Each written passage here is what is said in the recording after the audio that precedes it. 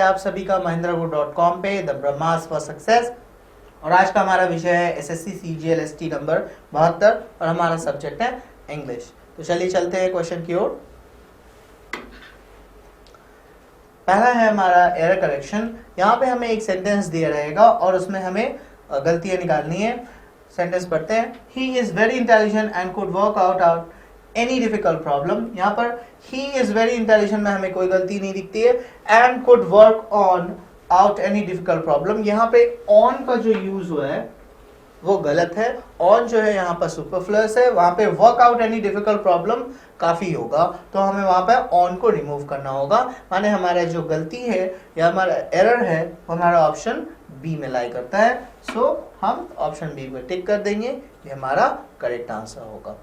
ऐसे और question number 1 और ऑप्शन इज बी। आगे क्वेश्चन की ओर चलते हैं। दूसरा क्वेश्चन है हमारा, most of the ministers are concerned with the loaf and fish of office than the service of man. यहाँ पे हम पहली नजर में पकड़ लेते हैं, लोफ्स एंड फिशेस होता है, ना कि लोफ एंड फिश होता है। The correct idiom is loafs and fishes and not loaf and fish. So again हमारा करेक्शन कहाँ पे लाई करता है?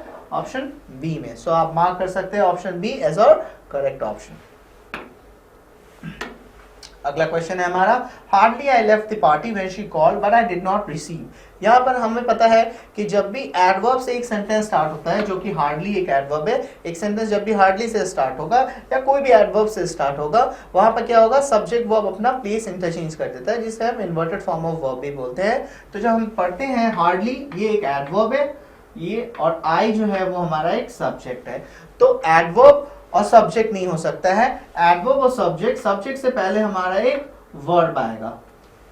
तो यहां पर हमारा गलती कहां पर है? ऑप्शन ए में, जहां पे हार्डली हैड लिख सकते हैं हम। यहाँ पे हार्डली हैड जो कि एक वर्ब है हमारा, hardly had I left the party, तो हमारा सेंटेंस सही होगा। सो गलती है हमारा ऑप्शन ए में, क्योंकि जब भी एक सेंटेंस एक एडवर्ब से स्टार्ट होता है, वर्ब और सब्जेक्ट अपना पोजीशन इंटरचेंज कर लेता है। सो द करेक्ट ऑप्शन जो हमारा है वो कहां लाई करता है? ऑप्शन ए में।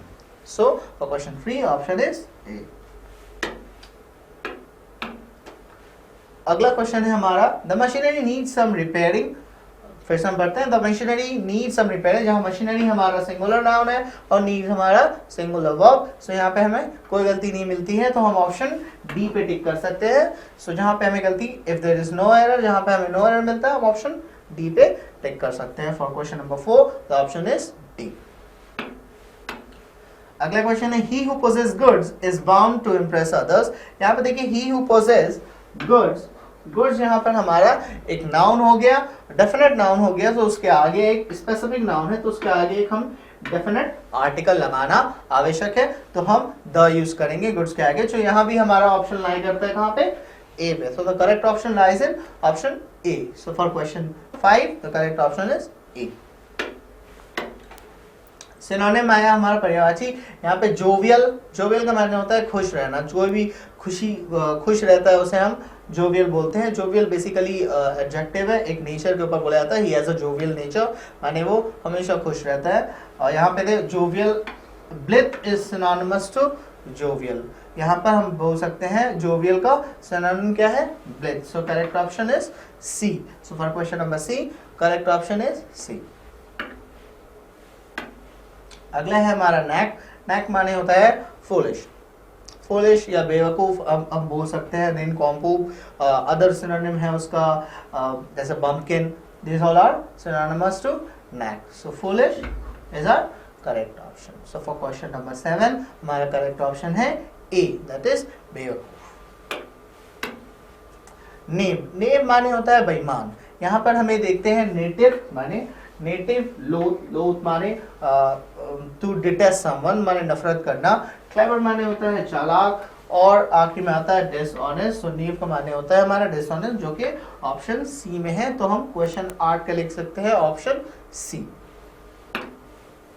अगला क्वेश्चन, र्यू, र्यू माने रिग्रेट करना, अफसोस करना, जो कि हमारा ऑप्शन सी में हम देख सकते हैं। फॉरगेट माने भूल जाना, रेस्क्यू माने बचाना, और थिंक माने सोचना।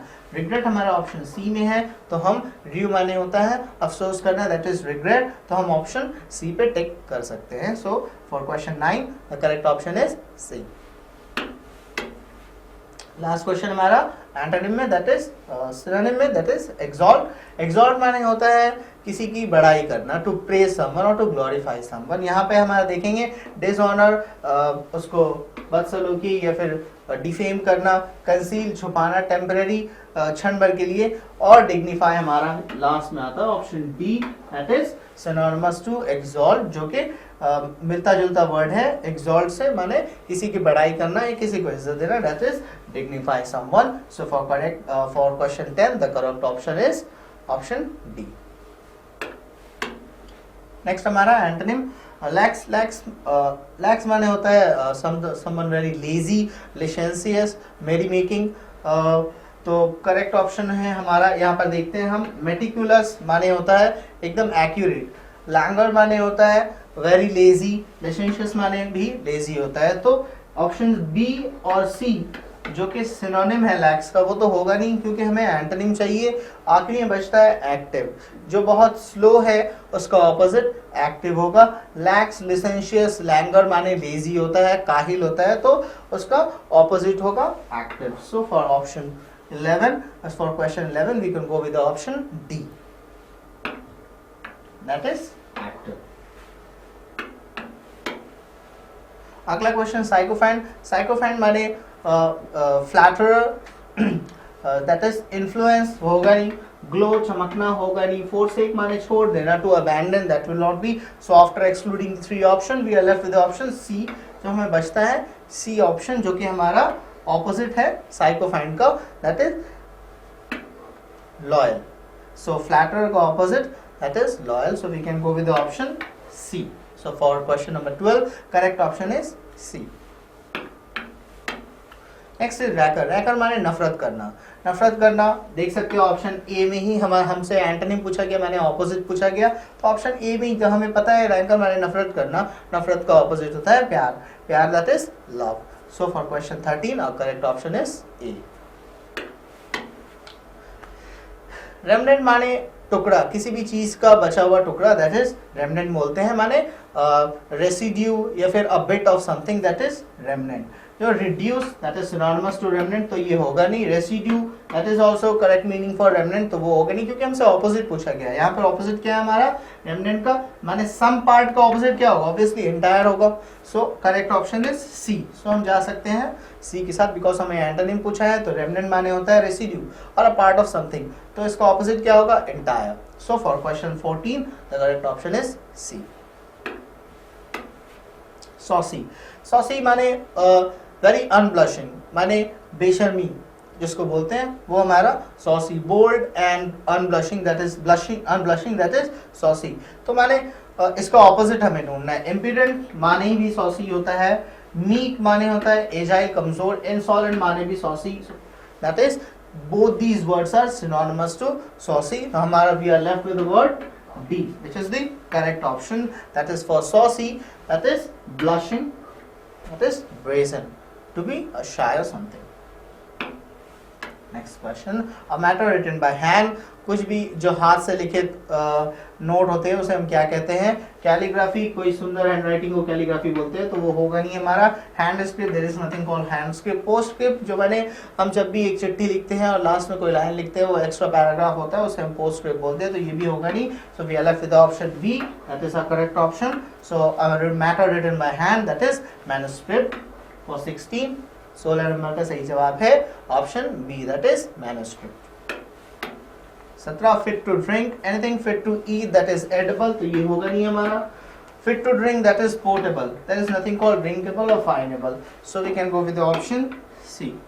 सो 17 का आंसर होगा option C, that is portable. Anything fit to drink that is portable.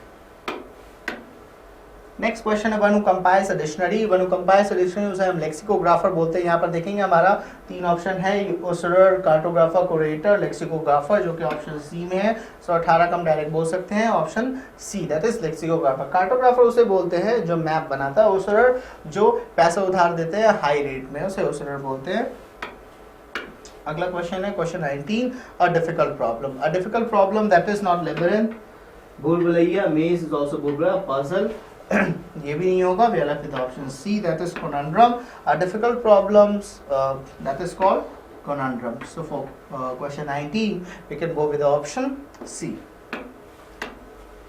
Next and the last question is the custom of having more than one wife. The custom of having more than one wife is polygamy. Then what is polyandry, bigamy and debauchery? Debauchery माने होता है भ्रष्टाचार या debauchery माने corrupt or corruption, related to corruption, that is debauchery. So this can't be an answer. Polyandry, a custom of having more than one husband, that is polyandry. Bigamy, custom of having two wives, that is bigamy. But here we have asked the custom of having more than one wife. The custom of having more than one wife is polygamy. So we can go with the option A. So for question number 20, the correct option is A.